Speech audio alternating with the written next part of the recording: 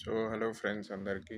So almost 1 month 1 week అయిపోతుంది నా I surgery అయ్యి.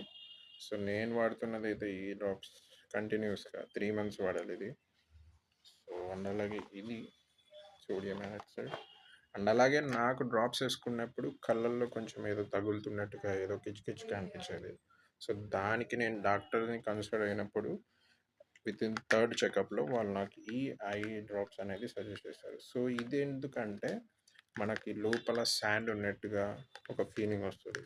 ఏదో వెంట్రుక పడినప్పుడు శాండ్ పడినప్పుడు డ్రాప్స్ వేసుకున్నప్పుడు ఆ ఫీలింగ్ అనేది ఉంటుంది. సో ఆ ఫీలింగ్ అనేది పోయినకి సో నైట్ ఇది ఒక కాటుకలా పెట్టుకోవాలి. ఎందుకంటే ఇది ఒక జెల్ టైప్ ఉంటుంది, అంటే ఒక జెల్లీ టైప్ ఉంటుంది.